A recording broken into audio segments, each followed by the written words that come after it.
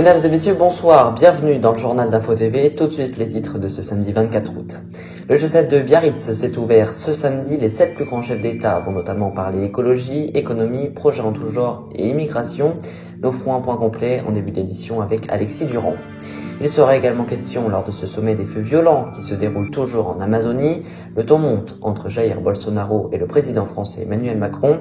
On rejoindra Joël Mas qui nous éclairera sur la situation. Le parquet de Paris a décidé d'ouvrir une enquête dans l'affaire Jeffrey Epstein.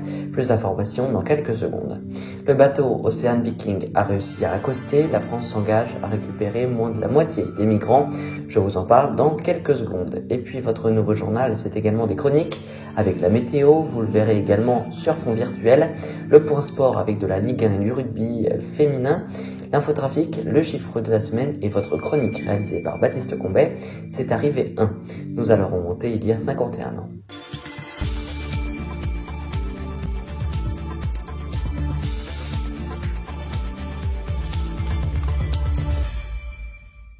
Habillage visuel totalement renouvelé, nouveaux présentateurs, plateau de nos émissions réorganisées, émissions améliorées, analyses plus nombreuses ou encore plateformes abreuvées plus régulièrement. Vous l'avez donc compris, le média jeune de réinformation de référence fait sa rentrée. Je suis très heureux d'ouvrir cette nouvelle saison sur Info TV. J'aimerais remercier chaque membre de la rédaction de la chaîne pour son investissement tout l'été pour vous proposer une nouvelle saison encore meilleure que la précédente. On ouvre ce journal avec de la politique. Le G7 de Biarritz, ouvert depuis cet après-midi pour 3 jours de sommet sous très haute surveillance. À 14h, 9000 manifestants contre ce G7 avaient été recensés. Également à 13h, Emmanuel Macron a tenu une allocution. Pour en parler, j'ai le plaisir d'accueillir Alexis Durand. Bonsoir Alexis. Bonjour Léandre, le G7 va se dérouler jusqu'à lundi. Il a commencé aujourd'hui, mais depuis jeudi, la ville a commencé à devenir ville bunker. Jeudi soir, la gare ainsi que l'aéroport de Biarritz ont fermé. Une zone rouge dite de sécurité a été instaurée. Pour y rentrer, il faut un badge spécial. 13 200 policiers et gendarmes sont mobilisés pour cet événement.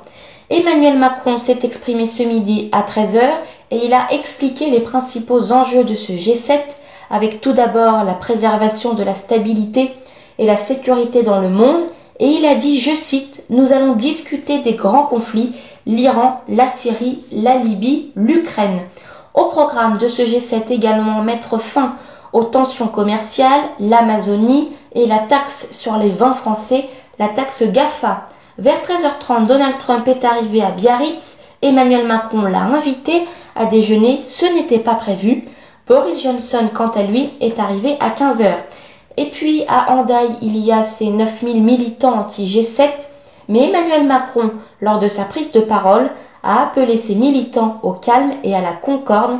Si vous souhaitez plus d'informations sur ce G7, rendez-vous sur notre site internet. Merci Alexis. Une autre actualité importante à présent, on part en Amazonie avec des feux de forêt très importants qui ravagent le poumon de la planète. Le chef indien Raoni demande la démission du président brésilien Jair Bolsonaro qui est, d'après ses mots, responsable des incendies qui ravagent la forêt. Pour y voir plus clair, on accueille Joël Mas, présentateur chez Info TV. Bonsoir Joël, peux-tu nous faire le point complet sur la situation s'il te plaît ? Bonsoir Léandre et bonsoir à tous. En effet, l'Amazonie part en fumée. La plus grande forêt du monde doit faire face à des milliers de départs de feu en seulement quelques jours. Avec l'aide des pompiers en vain, la progression n'arrive malheureusement pas à être stoppée. C'est donc un véritable désastre pour la planète, les habitants et les espèces qui vivent dans cette grande et magnifique région au Brésil.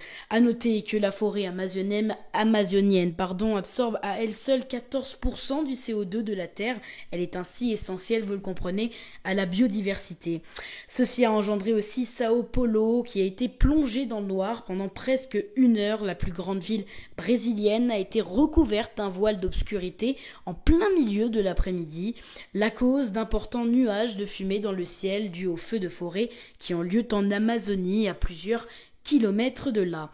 Rien que sur 5 jours, 10 000 incendies recensés, alors que le feu a déjà dévasté une partie de la Bolivie et l'ouest du Brésil, la population locale doit être évacuée d'urgence. Des ravitaillements sont également en place pour venir en aide aux habitants touchés par les flammes.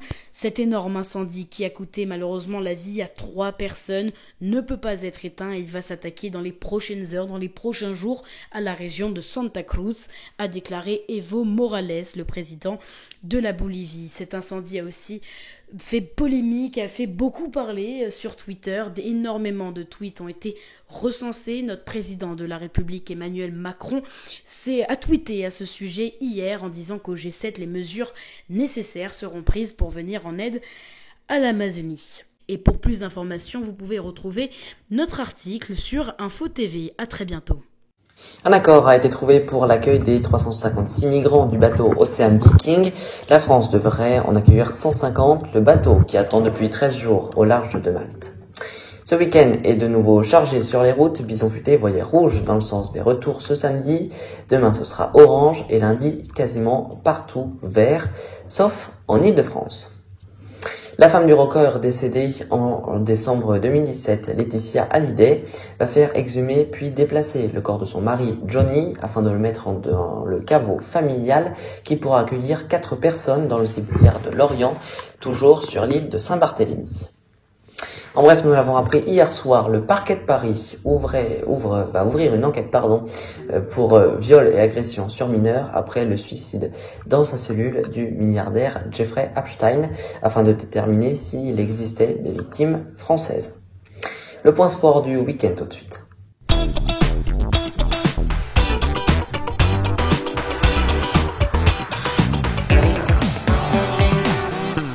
À la une ce soir de la Ligue 1 avec la 3e journée, la 3e sur 38. Brest joue contre Reims à 20h, Angers contre Metz, Amiens contre Nantes, Dijon contre Bordeaux.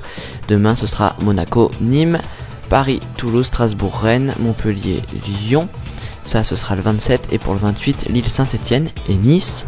Marseille ce sera en clôture de cette 3e journée à 21h. Ce 28 août, pour le classement, pour le moment il reste inchangé par rapport à la 2e journée, vous le voyez, Lyon est toujours premier, suivi de Nice et très bonne entrée en matière pour Rennes. Paris sombre déjà à la 8e place en ayant perdu son 2e match. Côté 2e partie du tableau, vous le voyez, Monaco est dernier, très mauvais début, et Marseille est 17e, on a connu mieux. Pour les Marseillais, Angers est 11e avec 3 points. La Ligue 1, c'est sur toutes nos plateformes chaque week-end, Instagram, Twitter et notre site web avec nos soirées football. Enfin, du rugby avec la Fédération internationale de rugby qui a choisi la neutralité du genre pour la Coupe du Monde féminine de rugby. Elle s'appellera donc Coupe du Monde. Cet événement sera bien évidemment à suivre sur toutes nos plateformes tout l'automne. Et tout de suite, c'est votre météo.